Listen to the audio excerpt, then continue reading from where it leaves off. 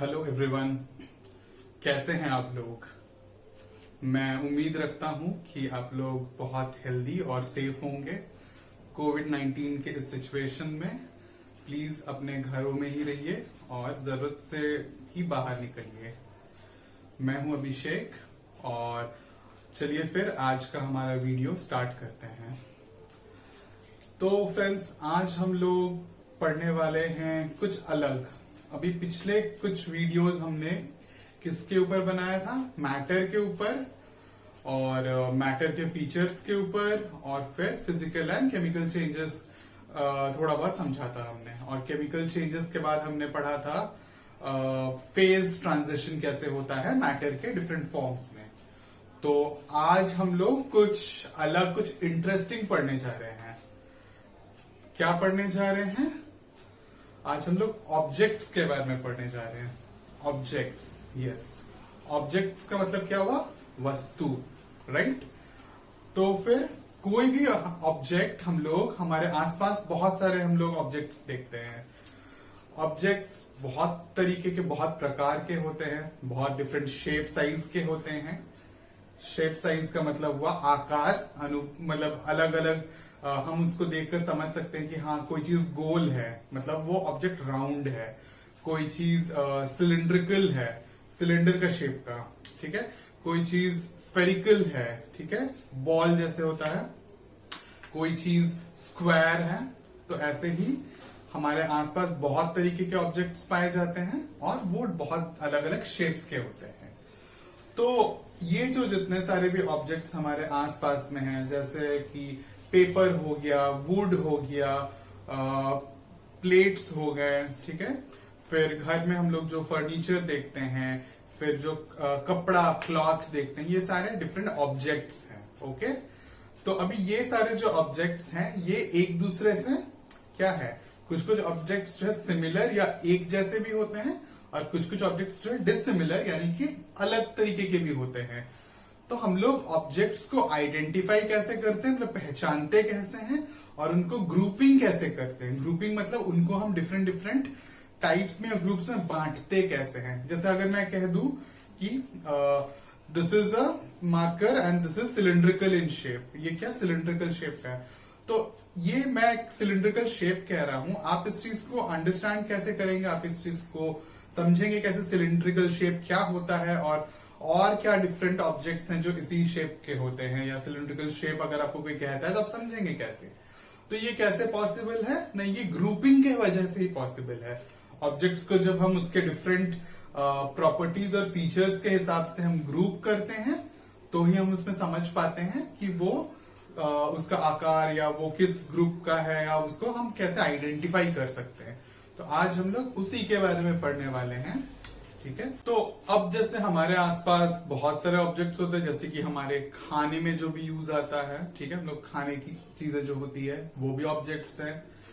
पहनने के कपड़े जो होते हैं वो भी ऑब्जेक्ट्स हैं। फिर ट्रांसपोर्ट की चीजें, जो गाड़ी हो गया, ये भी ऑब्जेक्ट्स हैं। पढ़ाई के लिए जो चीजें यूज होती है, pen, pencil, paper, marker, duster, board, ये सारे भी ऑब्जेक्ट्स हैं, ठीक है। तो ये जो डिफरेंट ऑब्जेक्ट्स हैं, ये जिन चीजों से बनते हैं, ठीक है, ऑब्जेक्ट जिन चीजों से तैयार होते हैं, उनको मटेरियल्स बोलते हैं। तो हर एक ऑब्जेक्ट अपने से अलग है, क्यों? क्योंकि उसमें जो मटेरियल यूज किया गया है वो अलग होता है। जैसे फॉर एग्जाम्पल, ये जो मैंने टी शर्ट पहना हुआ है, ये क्लॉथ या कपड़े से बना हुआ है। तो आप कैसे समझेंगे कि ये कपड़ा ही है और ये प्लास्टिक नहीं है, पेपर नहीं है? क्यों? क्योंकि इसका मटेरियल, उसके जो फीचर्स हैं, उसके जो कैरेक्टरिस्टिक्स हैं, वो कपड़े का है, तो आप आइडेंटिफाई कर सकते हैं ये क्लॉथ है। सिमिलरली, कोई चीज अगर पेपर से बना होता है, कोई चीज अगर स्टील से बना होता है, कोई चीज अगर प्लास्टिक से बना होता है, तो उन सबके अपने डिफरेंट कैरेक्टरिस्टिक्स होते हैं, ठीक है। तो जो जितने जो ऑब्जेक्ट्स हमारे आसपास में पाए जाते हैं, वो बनते हैं डिफरेंट मटेरियल्स से है। और ये जो डिफरेंट मटेरियल्स हैं, इनको हम इनके कैरेक्टरिस्टिक फीचर्स के बेसिस पे हम डिफरेंशिएट कर सकते हैं, आइडेंटिफाई कर सकते हैं। जैसे आपको कोई चीज पता कैसे चलता है कि वो प्लास्टिक है, या कोई चीज पता कैसे चलता है कि वो पेपर है। अब प्लास्टिक के अपने फीचर्स होते हैं, राइट, पेपर के अपने फीचर्स होते हैं। पेपर आप लोग सब जो स्कूल नोटबुक यूज करते हैं वो पेपर से बना हुआ है। अब पेपर आप देख के समझ सकते हो कि ये पेपर है। सिमिलरली जो घर के आइटम्स होते हैं या कैरी बैग होते हैं, पॉलिथीन बैग्स होते हैं, वो प्लास्टिक से बने हुए होते हैं, तो आप उनको भी देखकर समझ सकते हो कि वो प्लास्टिक से बने हुए हैं। अब ये जो डिफ्रेंशिएट करते हैं, ये जो हम लोग ये समझ सकते हैं कि ये प्लास्टिक है, ये पेपर है, ये क्लॉथ है, ये स्टील है, तो ये किस बिहाफ पे कर सकते हैं ना, ये इनके डिफरेंट प्रॉपर्टीज के बेसिस पे कर सकते हैं। ठीक है, तो अब हम पढ़ने जाएंगे properties on the basis of which we can differentiate materials. तो मटेरियल्स को हम जिन प्रॉपर्टीज के हिसाब से ग्रुप कर सकते हैं या उनको बांट सकते हैं, डिवाइड कर सकते हैं, वो प्रॉपर्टीज अब हम पढ़ने जाएंगे। ओके,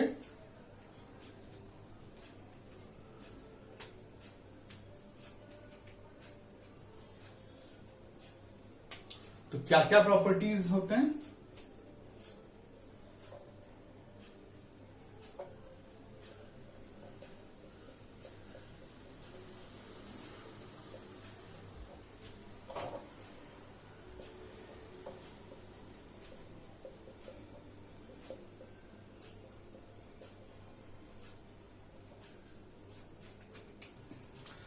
तो आइए पढ़ते हैं अब हम प्रॉपर्टीज ऑफ मटेरियल्स, जिनके बेसिस पे हम मटेरियल्स को डिवाइड कर सकते हैं डिफरेंट ग्रुप्स में। क्या क्या प्रॉपर्टीज है? Appearance, hardness, solubility, transparency. Appearance, appearance का क्या मतलब हुआ कि किसी भी चीज को देखकर आइडेंटिफाई करना। कोई भी ऑब्जेक्ट किस मटेरियल से बना है उसको हम आइडेंटिफाई उसको देख कर सकते हैं। अपीयरेंस का मतलब हुआ कि जैसे कोई चीज ज्यादा शाइन करता है, कोई चीज ज्यादा ब्राइट होता है, कोई चीज डल होता है।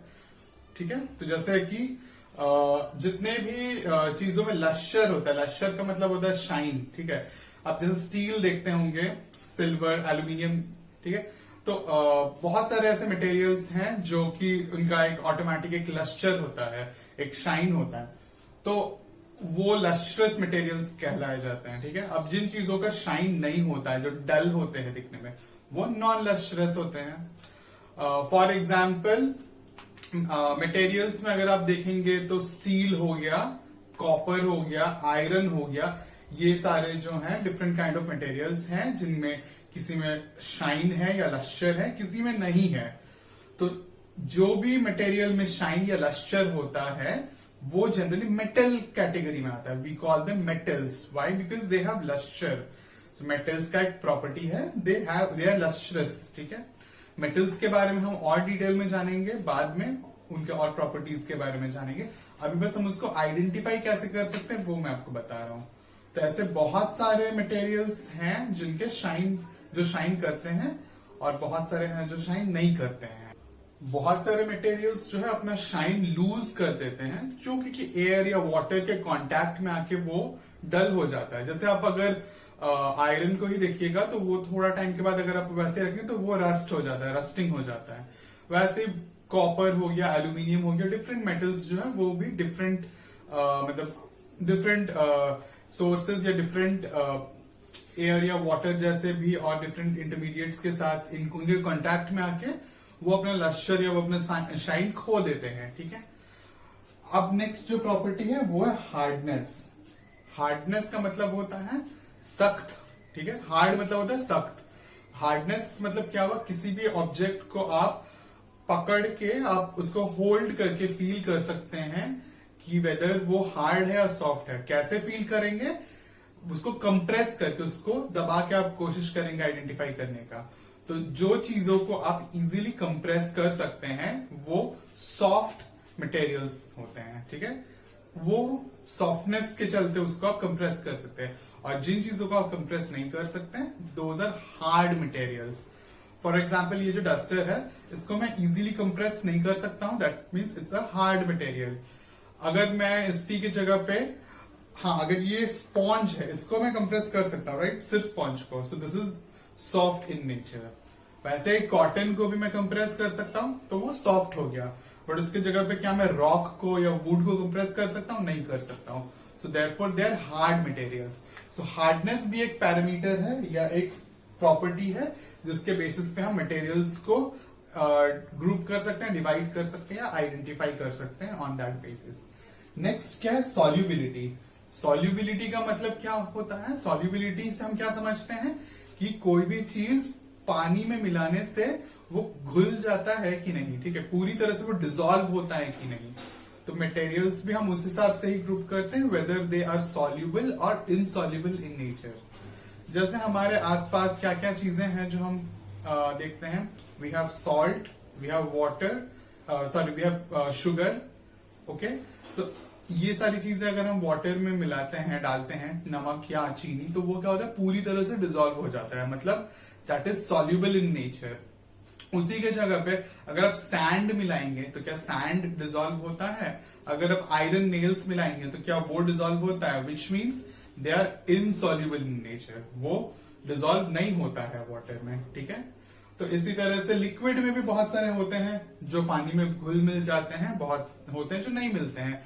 फॉर एग्जाम्पल विनीगर, अगर आप विनीगर पानी में मिलाएंगे तो वो पूरी तरह से सॉल्युबल हो जाएगा। लेकिन उसी के जगह पे अगर आप ऑयल या पेट्रोल या कोई और दूसरा ऐसा लिक्विड मिलाएंगे तो आप देखेंगे कि वो सॉल्युबल नहीं है, वो डिसॉल्व नहीं होता है पानी में, ओके।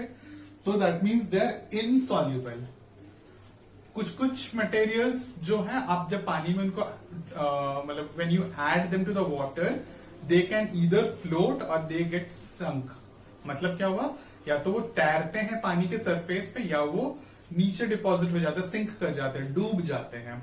तो ये भी मटेरियल्स का एक आइडेंटिफाई करने का या ग्रुप करने का एक क्राइटेरिया या प्रॉपर्टी है, वेदर दे सिंक और वेदर दे फ्लोट।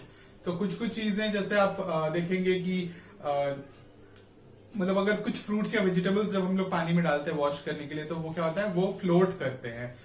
वेराज अगर हम कोई आयरन या फिर कोई दूसरा कुछ अगर नील्स या कुछ अगर हम पानी में डालते हैं तो क्या वो सरफेस पे जाके बैठ जाता है, यानी वो सिंक कर जाता है। तो ये अगेन डेंसिटी के ऊपर डिपेंड करता है, डेंसिटी के बारे में हम बाद में जानेंगे, बट अभी के लिए ये आइडेंटिफाई करने के लिए आप जान लीजिए कि वो फ्लोट कर रहे हैं या सिंक कर रहे हैं, उनके बेसिस पे भी हम आइडेंटिफाई कर सकते हैं, ओके। नेक्स्ट आता है ट्रांसपेरेंसी। ट्रांसपेरेंसी का मतलब क्या हुआ, आर पार देख सके आप किसी भी चीज के, ओके।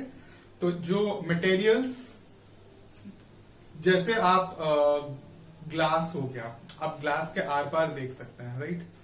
प्लास्टिक अगेन, तो कुछ कुछ मटेरियल्स होते हैं जो कंप्लीटली ट्रांसपेरेंट होते हैं, मतलब आप एक साइड से दूसरे साइड कंप्लीटली विजिबल होता है। कुछ कुछ चीजें होती हैं जो पार्शियली विजिबल होती हैं, उनको हम ट्रांसलूसेंट कहते हैं। मतलब वो दिखता है बट पूरा कंप्लीटली क्लियरली नहीं दिखता है, तो वो ट्रांसलूसेंट होते हैं। और कुछ कुछ मटेरियल्स होते हैं जिनके थ्रू आप बिल्कुल नहीं देख सकते, वैसे चीजों को ओपेक कहा जाता है, ओपेक, ठीक है। क्या क्या है वो,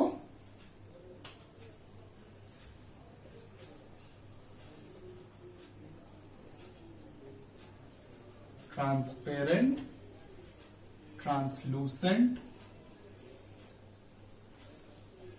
एंड ओपेक, ओके।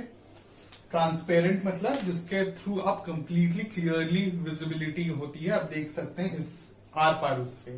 ट्रांसलूसेंट मतलब वो विजिबल होता है आर पार, लेकिन वो तो क्लियरली विजिबल नहीं होता है, वो होता है ट्रांसलूसेंट। एंड ओपेक मतलब बिल्कुल भी विजिबल नहीं होता है। ट्रांसपेरेंट का एग्जाम्पल क्या हो गया, वाटर, एयर, ग्लास, ये सारे मटेरियल्स ट्रांसपेरेंट है। ट्रांसलूसेंट क्या हो गया, प्लास्टिक, प्लास्टिक के आर पार आप थोड़ा बहुत देख सकते हैं लेकिन बहुत क्लियरली नहीं देख सकते।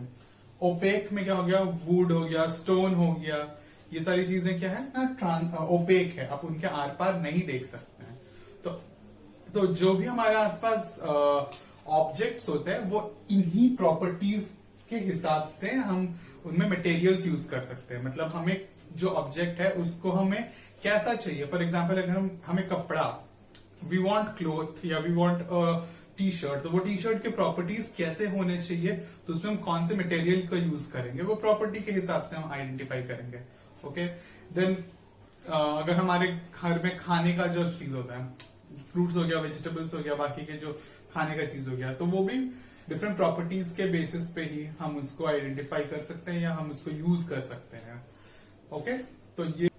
तो आज के लिए बस इतना ही, मिलते हैं फिर अगले क्लास में और भी दूसरे टॉपिक्स को लेकर हम आपके सामने फिर से हाजिर होंगे। तब तक के लिए प्लीज आप एजुकेथन को लाइक, शेयर, सब्सक्राइब और अपने फ्रेंड्स के साथ जरूर से जरूर उनको फॉरवर्ड करिए हमारे वीडियोस, और आप हमें प्लीज सपोर्ट करते रहिए। Thank you so much. Have a good day.